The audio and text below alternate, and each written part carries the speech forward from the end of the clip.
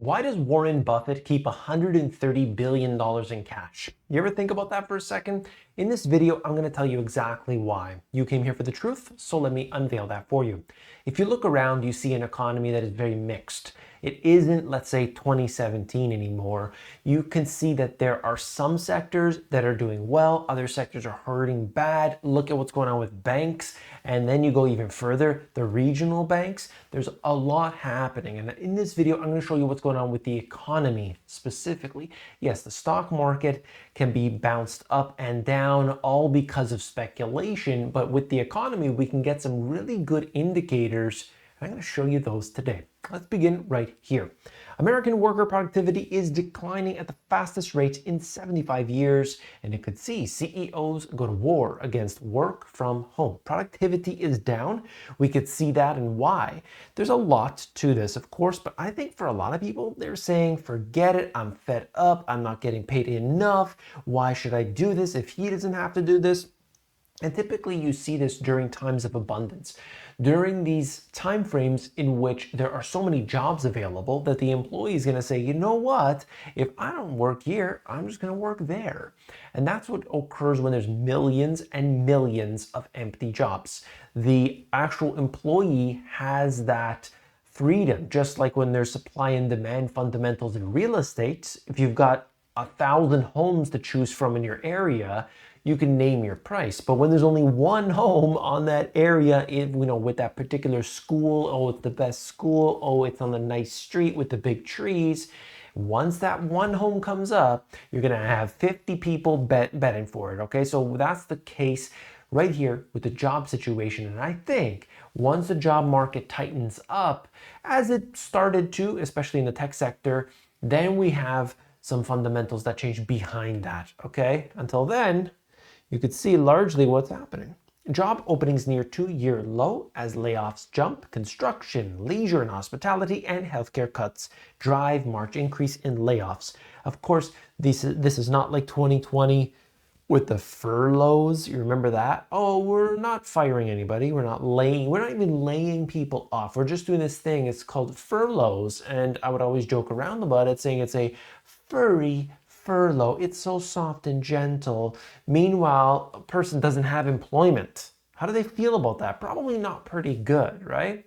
Layoffs rose to a seasonally adjusted, I'm so tired of seeing seasonally adjusted numbers. Anyway, 1.8 million in March from the prior month, up from a revised 1.6 million in February. And those are the sectors, okay? So you will see that for a lot of people, they're able to pick their numbers. They're able to choose what they want. But in some of these sectors, that isn't the case. And so we're getting some disparity that's going on. That's very clear. Millions of Americans are now underwater on auto loans. How does this connect in with Warren Buffett and his $130 billion of cash? I'm about to show you. You see, what happens with the auto loans is the same that happens with, of course, mortgages and corporate debt and everything else. There was a big change that occurred in 2022 when the cycle shifted. Let's go on. Let's show you that. So you could see in this what it means to be underwater, as they say here. If I could show you that, what does it mean to be underwater on an auto loan? The car loan is considered underwater when the loan amount exceeds the value of the vehicle, also known as having negative equity. Just imagine that for a sec. And this happens to be just in one part, like auto loans. Is that enough to collapse the whole system? No, but it does give us a signal as to what's happening, right? Because why are they underwater? Because this stuff was priced ridiculously, and in my opinion still is, for a vehicle, for a standard vehicle, what the price that people are paying right here, especially the used vehicles, you remember that was going straight through the roof. And then we saw people paying anything. I need a car. I can't take the subway. I don't feel safe. Or now I live 2.5 hours away from work because, thinking that this was going to last forever. And now, oh, I need a car. Oh, I can't afford one. Or now, there's none available. The microchips are not there. Like all this nonsense was happening.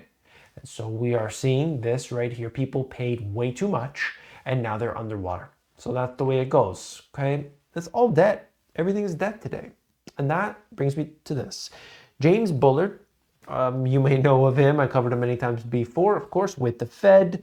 And he tended to be one that would say, we got to tighten. We got to make sure that the policy is really restrictive during this period because of everything that led up to their 2020. And he acknowledged that. Okay, I was at least happy to see some acknowledgement.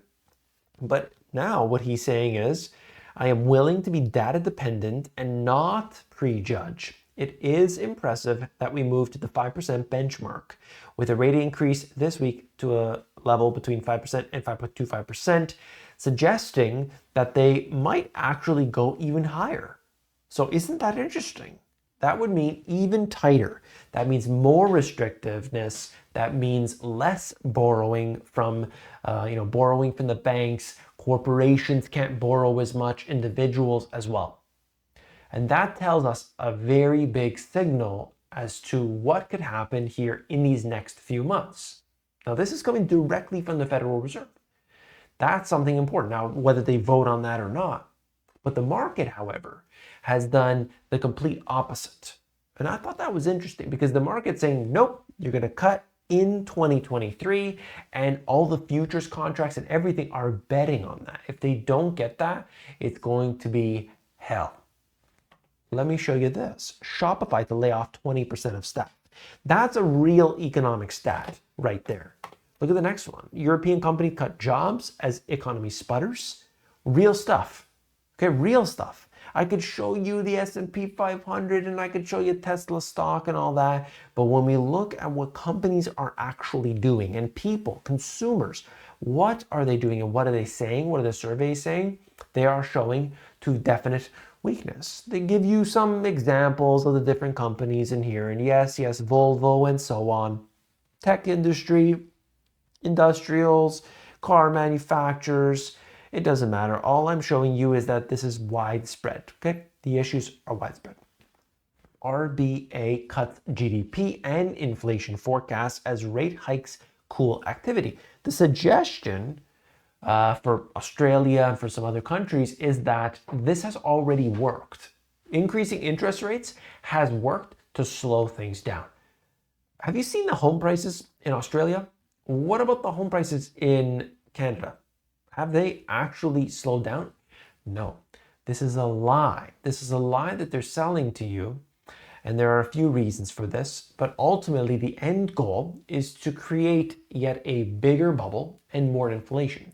The more inflation there is, the bigger divide in between the rich and the poor. So do you not think that these individuals, who by the way, if you look at the individuals in the Federal Reserve, happen to sell at the absolute peak of the market because of all those issues. The Federal Reserve, they were trading and they were able to do all this in 2020. Okay, no worries, we're going to sell. That was the absolute peak of the market.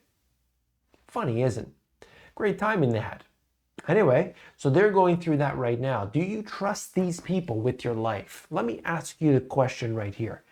Do you trust the people working at the Federal Reserve, Jamie Dimon, Janet maybe Yellen, all these people? Or maybe do you trust your neighbor? Do you trust your family members? Do you trust your friends and coworkers? Who are those you trust? Let me know, please. And there goes my glasses. Egypt gets first Fitch downgrade since 2013 as economy stumbles. The problems that we are seeing today are not just one economy or another, they're all over the world. And this was from a couple weeks ago, but I still wanted to show you to Arizona drivers reporting gas stations are running out of regular fuel. The point here is that basic things, somehow we're running out of them. I mean, it's crazy. Why is there ever a shortage? This should be in abundance. Every gas station should be stocked unless there's a problem, some small issue. And yet we're seeing that. And the point here that they talk about the issues, why, and shortages here, and the not enough workers there and all that. It's the same nonsense since 2020. But the way I look at it is we're going to be facing, just like what the World Economic Forum has told us, we're going to be facing more shortages. We're going to have to live with less. I remember seeing one of the Rothschilds, the younger guy, who was saying, you're going to need to learn to live with less, something along those lines, paraphrase him. And I always think about that.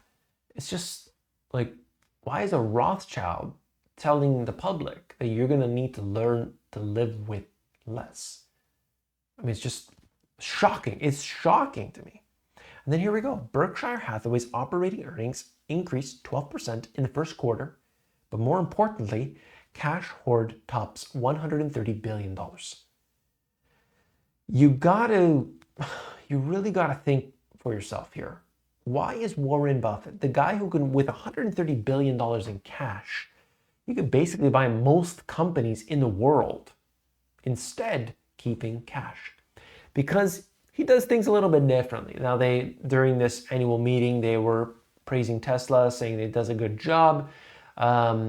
But they also said that they do a very different thing. And so they're looking for value and to hold something for eternity. They don't want to just buy something that's going to be good for a few years. They did that with very few companies during the 2007, 2008 timeframe, if memory serves correctly.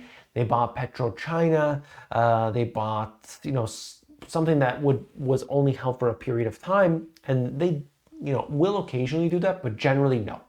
And so what I see with that is they feel that holding on to cash, keeping liquid at this time, is more beneficial than actually buying into a company because the valuations are still so high.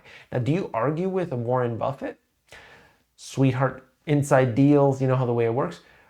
But do you argue with it? I mean, he's been very successful. He has. So we got to look at that and say, maybe there's something to this. Understand right now that there's a lot of turmoil and there's a lot of chaos that's happening underneath all of this.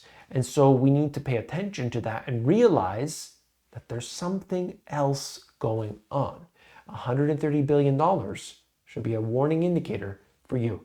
Let me ask you something. What did you think of this video? If it was something you found to be interesting, hit that thumbs up button.